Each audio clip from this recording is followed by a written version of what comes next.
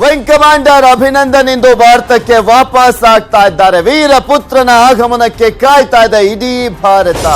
ವಾಘಾ ಗಡಿ ಭಾಗದಲ್ಲಿ ಅಭಿನಂದನ್ ಸ್ವಾಗತಕ್ಕೆ ಸಿದ್ಧತೆಯನ್ನ ಕೂಡ ಮಾಡಿಕೊಳ್ಳಲಾಗಿದೆ. ವಿಂಗ್ ಕಮಾಂಡರ್ ಅಭಿನಂದನ್ ಅವರು ಇವತ್ತು ಭಾರತಕ್ಕೆ ಬರ್ತಾ ಇದ್ದಾರೆ. ಸೊ ಹೀಗಾಗಿ ವೀರ ಯೋಧ ವೀರ ಪುತ್ರನ ಆಗಮನಕ್ಕೋಸ್ಕರ ಭಾರತ ಕಾಯ್ತಾ ಇದೆ. ವಾಘಾ ಗಡಿ ಭಾಗದಲ್ಲಿ ಅಭಿನಂದನ್ ಅವರನ್ನ ಸ್ವಾಗತ ಮಾಡೋದಕ್ಕೋಸ್ಕರ ಎಲ್ಲಾ ರೀತಿಯಾದಂತಹ ಸಿದ್ಧತೆ ಮಾಡಲಾಗಿದೆ. ಧೀರ ಅಭಿನಂದನ್ ಸ್ವಾಗತಿಸಲು ಎಲ್ಲಾ ರೀತಿಯ ಸಿದ್ಧತೆ ನಡೆದಿದೆ. ಅಭಿನಂದನ್ ಬರಮಾಡಿಕೊಳ್ಳಲಿದ್ದಾರೆ. ವಾಯುಪಡೆಯ ಅಧಿಕಾರಿಗಳು ದೆಹಲಿಯಿಂದ ತೆರಳಿದ್ದಾರೆ. ಅಭಿನಂದನ್ ಅವರ ಪೋಷಕರು ಕೂಡ ದೆಹಲಿಯಿಂದ ಈಗ ಆಲ್ರೆಡಿ ತೆರಳಿರುವಂತದ್ದು. ದೆಹಲಿ ಏರ್ಪೋರ್ಟ್ ನಿಂದ ತೆರಳಿದ್ದಾರೆ ಹೆತ್ತವರು. ಇಂದು ಮಧ್ಯಾಹ್ನ 12ಕ್ಕೆ ವಾಘಾ ಗಡಿಗೆ ವಿಂಗ್ ಕಮಾಂಡರ್ ಅಭಿನಂದನ್ ಅವರು ಬರಲಿದ್ದಾರೆ. ಈಗಾಗಲೇ ವಾಘಾ ಗಡಿಯಲ್ಲಿ ಬಿಎಸ್ಎಫ್ ತಂಡ ಎಲ್ಲಾ ರೀತಿಯಾದಂತಹ ಭದ್ರತೆ ಸಿದ್ಧತೆಯನ್ನ ಮಾಡಿಕೊಂಡಿದೆ. ಇನ್ನು ವಿಂಗ್ ಕಮಾಂಡರ್ ಆಗಿರುವಂತಹ ಅಭಿನಂದನ್ ಅವರ ಪೋಷಕರು, ಅವರ ತಂದೆ ವರ್ಧಮಾನ್ ಸೇರಿದಂತೆ ಅವರ ತಾಯಿಯವರು ಎಲ್ಲರೂ ಕೂಡ ಈಗ ಆಲ್ರೆಡಿ ವಾಘಾ ಗಡಿಭಾಗದತ್ತ ಹೋಗ್ತಾ ಇರುವಂತದ್ದು. ಸೊ ಹೀಗಾಗಿ ಇಡೀ ಭಾರತ ನಿರೀಕ್ಷೆಯನ್ನ ಇಟ್ಟಿತ್ತು, ಪ್ರಾರ್ಥನೆಯನ್ನ ಮಾಡ್ತಾ ಇತ್ತು ಸೇಫ್ ಆಗಿ ಅಭಿನಂದನ್ ಅವರು ಮತ್ತೆ ಬರ್ಲಿ ಭಾರತಕ್ಕೆ ಅಂತ. ಆ ನಿರೀಕ್ಷೆಗಳೆಲ್ಲವೂ ಕೂಡ ನಿಜವಾಗಿದೆ. ಅಭಿನಂದನ್ ಅವರು ಬರ್ತಾ ಇದ್ದಾರೆ.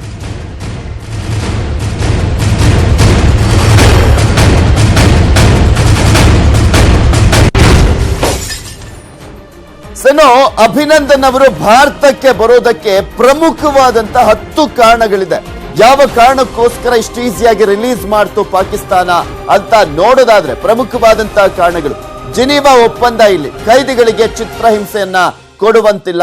ಮತ್ತೊಂದು ಕಡೆ ಜಿನೀವಾ ಒಪ್ಪಂದವನ್ನ ಪಾಲನೆ ಮಾಡಬೇಕು. ಇನ್ನು ಕೈ ಜೋಡಿಸಿದ್ವು ಮಿತ್ರ ರಾಷ್ಟ್ರಗಳೆಲ್ಲವೂ ಕೂಡ ಭಾರತದ ಜೊತೆ ಕೈ ಜೋಡಿಸಿ ಪಾಕಿಸ್ತಾನದ ಮೇಲೆ ಒತ್ತಡವನ್ನು ಹೇರಿದ್ವು. ಪಾಕ್ಗೆ ಏಕಾಂಗಿಯಾಗುವಂತಹ ಭಯ, ವಿಶ್ವ ಸಮುದಾಯದಿಂದ ಉಚ್ಚಾಟನೆಯ ಭಯ ಕಾಡ್ತಾ ಇತ್ತು ಪಾಕಿಸ್ತಾನಕ್ಕೆ. 4ನೇ ಪ್ರಮುಖ ಅಂಶ ಅಂದ್ರೆ ಇಲ್ಲಿ ಪ್ರಮುಖವಾಗಿ ಸೇನಾ ಕಾರ್ಯಾಚರಣೆಯ ಭೀತಿ ಎದುರಾಗಿತ್ತು ಪಾಕಿಸ್ತಾನಕ್ಕೆ. ಯುದ್ಧಕ್ಕೆ ಮುಂದಾದ್ರೆ ಉಳಿಗಾಲ ಪಾಕಿಸ್ತಾನಕ್ಕೆ ಇಲ್ಲ ಅನ್ನೋ ಆತಂಕ ಅವರಿಗೆ ಸ್ಪಷ್ಟವಾಗಿತ್ತು. ಇನ್ನು 5ನೇ ಕಾರಣ, ಅಭಿನಂದನ್ ಯುದ್ಧ ಕೈದಿ ಅಲ್ಲ. ಅಭಿನಂದನ್ ಅನ್ನ ಯುದ್ಧ ಕೈದಿ ಅಂತ ಪರಿಗಣಿಸಲಾಗಲ್ಲ.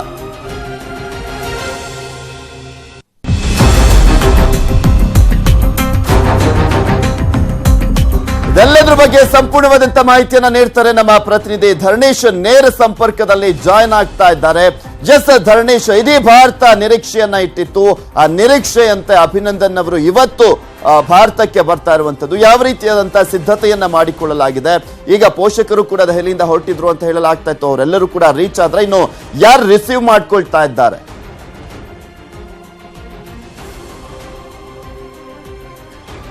ಪೃಥ್ವಿರಾಜ್, ಭಾರತದ ವಿಂಗ್ ಕಮಾಂಡರ್ ಅಭಿನಂದನ್ ವರ್ಧಮಾನ್ ಅವರನ್ನ ಇವತ್ತು ಪಾಕಿಸ್ತಾನದಿಂದ ಭಾರತಕ್ಕೆ ಕರೆತರಲಾಗುತ್ತೆ. ಈಗಾಗಲೇ ಹಸ್ತಾಂತರಿಸುವ ಪ್ರಕ್ರಿಯೆಗಳಿಗೆ ಚಾಲನೆಯನ್ನ ನೀಡಲಾಗಿದೆ. ಅಲ್ಲೂ ಕೂಡ ಆ ಪ್ರಕ್ರಿಯೆಗಳು ನಡೀತಾ ಇದ್ದಾವೆ ಪಾಕಿಸ್ತಾನದಲ್ಲಿ. ಮಧ್ಯಾಹ್ನ 12 ಗಂಟೆಗೆ ವಿಂಗ್ ಕಮಾಂಡರ್ ಅಭಿನಂದನ್ ವರ್ಧಮಾನ್ ವಾಘಾ ಬಾರ್ಡರ್ಗೆ ಬರ್ತಾರೆ. ಅಲ್ಲಿ ನಮ್ಮ ವಾಯುಸೇನೆಯ ಮುಖ್ಯಸ್ಥರು ಹೋಗಿ ಅಭಿನಂದನ್ ವರ್ಧಮಾನ್ ಅವರನ್ನ ರಿಸೀವ್ ಮಾಡ್ಕೊಳ್ತಾರೆ, ಸ್ವಾಗತಿಸ್ತಾರೆ ಅನ್ನುವಂತ ಮಾಹಿತಿಗಳು ಈಗ ಲಭ್ಯ ಆಗ್ತಿದ್ದಾವೆ. ಜೊತೆಗೆ ಅಂದ್ರೆ ಯೂಶಲಿ ಸೇನೆ ಈ ರೀತಿ ಸ್ವಾಗತವನ್ನ ಮಾಡಿಕೊಳ್ಳುತ್ತೆ ಯುದ್ಧ ಕೈದಿಯಾದವ್ರನ್ನ. ಆದರೆ ಈ ಸಂದರ್ಭದಲ್ಲಿ ಪಂಜಾಬ್ ಮುಖ್ಯಮಂತ್ರಿ ಅಮರಿಂದರ್ ಸಿಂಗ್ ಕೂಡ ಅಲ್ಲಿಗೆ ತೆರಳ್ತಾ ಇದ್ದಾರೆ. ಅಭಿನಂದನ್ ವರ್ಧಮಾನ್ ಅವರನ್ನ ಒಂದು ರೀತಿಯಲ್ಲಿ ಭವ್ಯವಾಗಿ ಸ್ವಾಗತಿಸಲಿಕ್ಕೆ, ಒಂದು ಆತ್ಮೀಯವಾಗಿ ಸ್ವಾಗತಿಸಲಿಕ್ಕೆ. ಇದಲ್ಲದೆ ಅವರ ಅಭಿನಂದನ್ ವರ್ಧಮಾನ್ ಅವರ ಪೋಷಕರಾದಂತಹ ಪೋಷಕರು ಕೂಡ ಈಗಾಗಲೇ ದೆಹಲಿಯಿಂದ ಅಮೃತ್ಸರ್ಗೆ ತೆರಳಿದ್ದಾರೆ.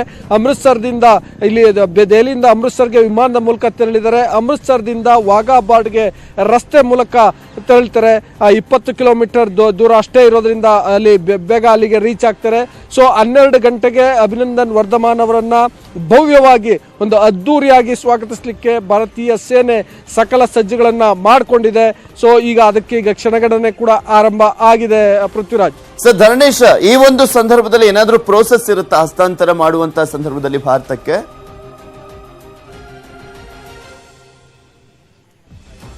ಅಂದ್ರೆ ಈ ರೀತಿ ಯುದ್ಧ ಕೈದಿಗಳನ್ನ ಒಂದು ದೇಶದಿಂದ ಒಂದು ದೇಶಕ್ಕೆ ಬೀಳ್ಕೊಡುವ ಸಂದರ್ಭದಲ್ಲಿ ಅಂದ್ರೆ ಅದೊಂದು ರೀತಿಯಲ್ಲಿ ಎಲ್ಲ ದೇಶಗಳು, ಬರೇ ಪಾಕಿಸ್ತಾನ ಭಾರತ ಅಂತಲ್ಲ, ಎಲ್ಲ ದೇಶಗಳಲ್ಲೂ ಕೂಡ ಮತ್ತು ಜಿನಿವಾ ಒಪ್ಪಂದದಲ್ಲೂ ಕೂಡ ಅದೇ ರೀತಿ ಉಲ್ಲೇಖ ಆಗಿದೆ. ಏನಂತಂದ್ರೆ ಒಂದು ಸುರಕ್ಷಿತವಾಗಿ ಕಳಿಸ್ಕೊಡ್ಬೇಕು ಮತ್ತು ಗೌರವಯುತವಾಗಿ ಕಳಿಸ್ಕೊಡ್ಬೇಕು ಅಂತ. ಸೊ ಹಾಗಾಗಿ ಇವತ್ತು ನಾವು ಆ ವಿಜುವಲ್ಸ್ಗಳು ನಮ್ಗೆ ಇನ್ನೊಂದು ಸ್ವಲ್ಪ ಹೊತ್ತಿಗೆ ಸಿಗಬಹುದು ಅಂತ ಅನ್ಸುತ್ತೆ. ಏನಂತಂದ್ರೆ ಖಂಡಿತಕ್ಕೂ ಅಲ್ಲಿನ ಸೇನೆ ಈಗ ಅಭಿನಂದನ್ ವರ್ಧಮಾನ್ ಅವರನ್ನ ಗೌರವಯುತವಾಗಿ ಕಳಿಸ್ಕೊಡುತ್ತೆ. ಜೊತೆಗೆ ಈಗ ಲೈಕ್ ಸ್ವೀಟ್ ಕೊಟ್ಟು ಹಾರ ಹಾಕಿ ಈ ರೀತಿಯ ಸಂಪ್ರದಾಯಗಳನ್ನ ಪಾಲಿಸಲಾಗುತ್ತೆ. ಮತ್ತೆ ಅದು ಬೇರೆ ಬೇರೆ ದೇಶಗಳಲ್ಲಿ ಆಯಾ ಗಡಿಯಲ್ಲಿರುವಂತಹ ಸಂಪ್ರದಾಯಗಳನ್ನ, ಆಯಾ ದೇಶದಲ್ಲಿರುವಂತಹ ಸಂಪ್ರದಾಯಗಳನ್ನ ಪಾಲಿಸಲಾಗುತ್ತೆ. ಇದು ಅಂದ್ರೆ ನಾನು ಹೇಳಲ್ಲ, ಬರೇ ಪಾಕಿಸ್ತಾನ ಮತ್ತು ಭಾರತದ ನಡುವೆ ಮತ್ತಷ್ಟು ಅಪ್ಡೇಟ್ಸ್ ಅನ್ನ ಪಡ್ಕೊಳ್ತೀನಿ.